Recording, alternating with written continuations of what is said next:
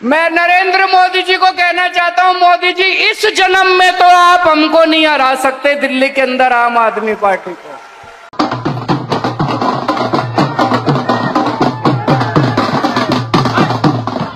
আশা করব আপনারা সকলে ভালো আছেন। আপনারা দেখছেন আজকের রাজনীতি। আপনাদের কাছে একটাই অনুরোধ থাকবে, চ্যানেলটি সাবস্ক্রাইব করবেন, আমাদের পাশে থাকবেন। দিল্লিতে কি দেখলেন? আপ হেরে গেল, কেজরিওয়াল সরকার উল্টে গেল। কেজরিওয়াল নিজে হেরে গিয়েছে, নিজের কেন্দ্রে কেজরিওয়াল হেরে গিয়েছে। এর পেছনে চারটি কারণ আজকের আলোচনা করব। দেখুন, বলতে গেলে কেজরিওয়াল নিজের পায়ে নিজে কুড়ুল মেরেছে। কেজরিওয়াল ভালো মতোই জানতো যে বিজেপি কিভাবে প্রচার করছে, এবারে দিল্লিতে প্রভাব রয়েছে। তবুও কেজরিওয়াল, আমি জানি না কার কথা শুনে, ইন্ডিয়া অ্যালায়েন্সে থাকা সত্ত্বেও আজকের দিল্লি নির্বাচনে কংগ্রেস এবং আপ একের অপরের বিরুদ্ধে লড়ল। এইটা না হলেই ভালো ছিল। যদি কংগ্রেস, আপ বা অন্যান্য ইন্ডিয়া অ্যালায়েন্সের শরিক দল একসঙ্গে জোট বেঁধে দিল্লিতে লড়তো, তাহলে কিন্তু খেলাটা অন্য রকমের হতে পারত। কিন্তু কেজরিওয়াল নিজের জালে নিজেই জড়িয়ে গিয়েছে। অ্যাকচুয়ালি অহংকার পতনের মূল আপনারা জানেন। যাই হোক, অহংকার হয়েছে কি হয়নি, আজকে তো আপনারা দেখতেই পেলেন কি হাল হয়েছে। বিজেপি জিতে গেল, আপ হেরে গেল। আপ কেন হারলো, চারটে পয়েন্ট আলোচনা করব। আমি জানি না এই পয়েন্টটা কতটা যুক্তি সম্পূর্ণ। ইন্ডিয়া অ্যালায়েন্সে মমতা ব্যানার্জি মানে তৃণমূল জবে থেকে ঢুকেছে, বাম নেতারা বলতে শুরু করে দিয়েছিল ইন্ডিয়া অ্যালায়েন্সকে ভেঙে টুকরো টুকরো করে দেবে। আমরা কি দেখলাম? সত্যি আজকের ইন্ডিয়া অ্যালায়েন্স ছন্ন ছাড়া। অন্যান্য ইন্ডিয়া অ্যালায়েন্সের শরিক দল যারা ছিল, আপনারা যদি দেখেন, মানে জোট সঙ্গী যারা ছিল, কংগ্রেসের বিরুদ্ধে কথা বলতে লেগে গিয়েছে। মমতা ব্যানার্জি কলকাতায় বসেই অন্যান্য দলের নেতাদের সঙ্গে দারুণ কন্ট্যাক্ট করে চলেছে। আমি জানি না বিজেপির এজেন্ট হয়ে কাজ করেছে কিনা। আজকের ইন্ডিয়া অ্যালায়েন্স ভেঙে টুকরো টুকরো করে দেওয়ার পেছনে মমতা ব্যানার্জির অবদান অনেক বড়। হতে পারে এই দলগুলো এখনো পর্যন্ত ইন্ডিয়া অ্যালায়েন্সে আছে, নামমাত্র রয়েছে, এরপরে দেখবেন সব টুকরো টুকরো হয়ে যাবে। আজকের দিল্লিতে যদি কেজরিওয়াল কংগ্রেস একসঙ্গে লড়তো, এই জিনিসটা হতো না। বিজেপি দিল্লিতে ক্ষমতায় আসতে পারতো না। বিজেপি এই সুযোগটাই নিয়ে নিয়েছে। বিজেপি যখন দেখছে কংগ্রেস এবং আপের মধ্যে দূরত্ব বাড়ছে, সুযোগটা দারুণভাবে কাজে লাগিয়েছে। এমপিদের পর্যন্ত বাড়ি বাড়ি প্রচারে পাঠিয়েছে। আজকের জল দূষণ থেকে শুরু করে বিভিন্ন ইস্যু সামনে এনেছে। এখানে কিন্তু হিন্দুত্বের রাজনীতি অতটাও বিজেপি। আমার মনে হয় বিজেপি দিল্লিতে জেতার পেছনে মমতা ব্যানার্জির বড় হাত রয়েছে। এই কারণেই বলছি, আজকের যদি মমতা ব্যানার্জি চাইতেন বা কেজরিওয়াল চাইতেন বা সবকটা শরিক দল চাইতেন, দিল্লিতে কিন্তু আবার একসঙ্গে ইন্ডিয়া অ্যালায়েন্স লড়তে পারত বিজেপির বিরুদ্ধে। জোটবদ্ধ হয়ে বিজেপিকে হারানো যেত, কিন্তু বিজেপিকে হারানো গেল না। কেন? কারণ মানুষও তো কনফিউজড হয়ে গিয়েছে। আরে ইন্ডিয়া অ্যালায়েন্সে এই দলগুলো একসঙ্গে লড়লো বিজেপির বিরুদ্ধে, আবার দিল্লি নির্বাচনে একের অপরের বিরুদ্ধে লড়ছে। এটা কি মানুষ ভালোভাবে নেবে বলে মনে হয় আপনাদের? এটা একটা বড় কারণ আমার মনে হয়। এবং দ্বিতীয় হচ্ছে দুর্নীতি। দেখুন, কেজরিওয়াল পর্যন্ত জেলে গিয়েছে। একটা মুখ্যমন্ত্রী, উনি যখন জেলে যায়, এমনি এমনি তো জেলে যায় না।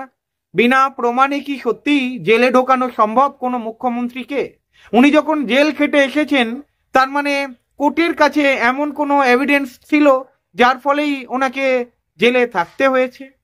আপ দলের একের পর এক নেতারা দুর্নীতিতে যুক্ত হয়ে গিয়েছিল, আপনারা জানেন। কোটি কোটি টাকা আত্মসাৎ করেছে।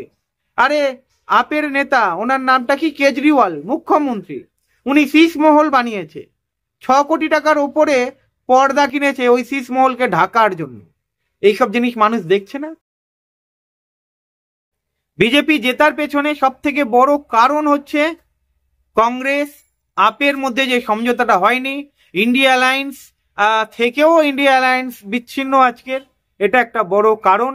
তাছাড়া দুর্নীতি, বায়ু দূষণ, জল দূষণ থেকে শুরু করে বিভিন্ন এলাকায় কাজ অসম্পূর্ণ ছিল, নেতারা চুরি করেছে, বলতে গেলে দুর্নীতি করেছে, জেলে ঢুকেছে।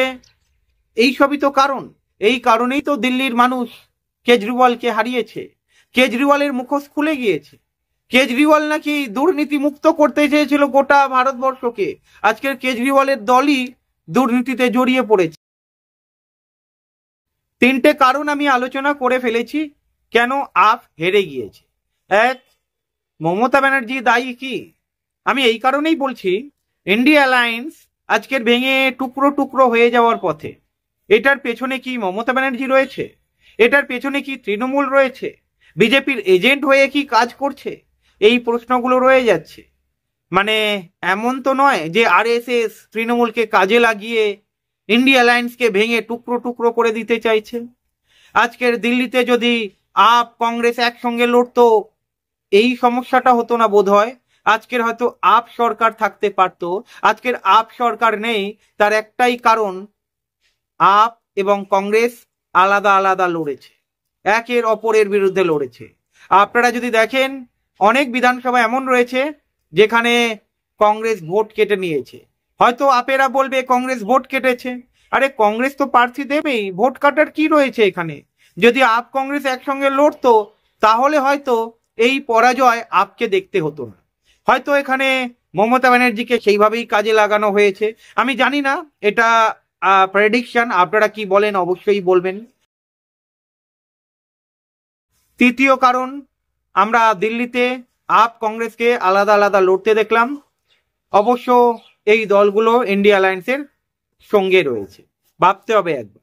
আর চতুর্থ পয়েন্ট, দেখুন যে বাজেটটা পেশ হয়েছিল, এই বাজেট কিন্তু দিল্লির মানুষকে প্রভাবিত করেছে, মধ্যবিত্ত মানুষকে প্রভাবিত করেছে। আজকের যদি দেখেন, প্রায় 68% ওপরে মধ্যবিত্ত মানুষ দিল্লিতে বাস করে। আর এই মধ্যবিত্ত মানুষ কিন্তু এই বাজেটটাকে পছন্দ করেছে। যদি অপছন্দ করতো তাহলে তার রিয়াকশন পাওয়া যেত, কিন্তু এর রিয়াকশন পাওয়া যায়নি।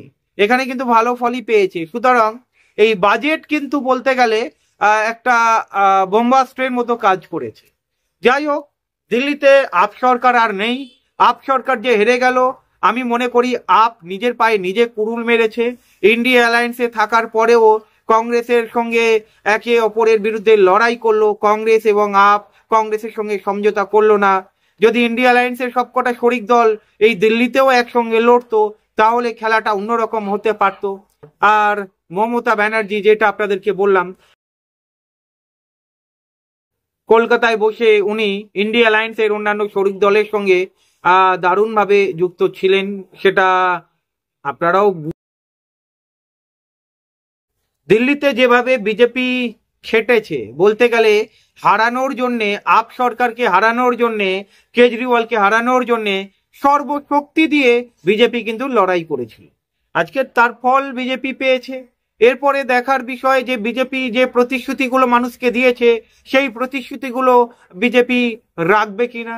তবে যাই হোক, আপ হারার পেছনে বেশি টাকার লোভ হয়ে গিয়েছিল, দুর্নীতিতে যুক্ত হয়ে গিয়েছিল, অতি চালাক ভেবেছিল, অহংকার হয়ে গিয়েছিল, ইন্ডিয়া অ্যালায়েন্সে থেকেও ইন্ডিয়া অ্যালায়েন্সের বিরোধিতা করা, এবং বলতে গেলে দিল্লি নির্বাচনে কংগ্রেস এবং আপ একে অপরের বিরুদ্ধে লড়লো।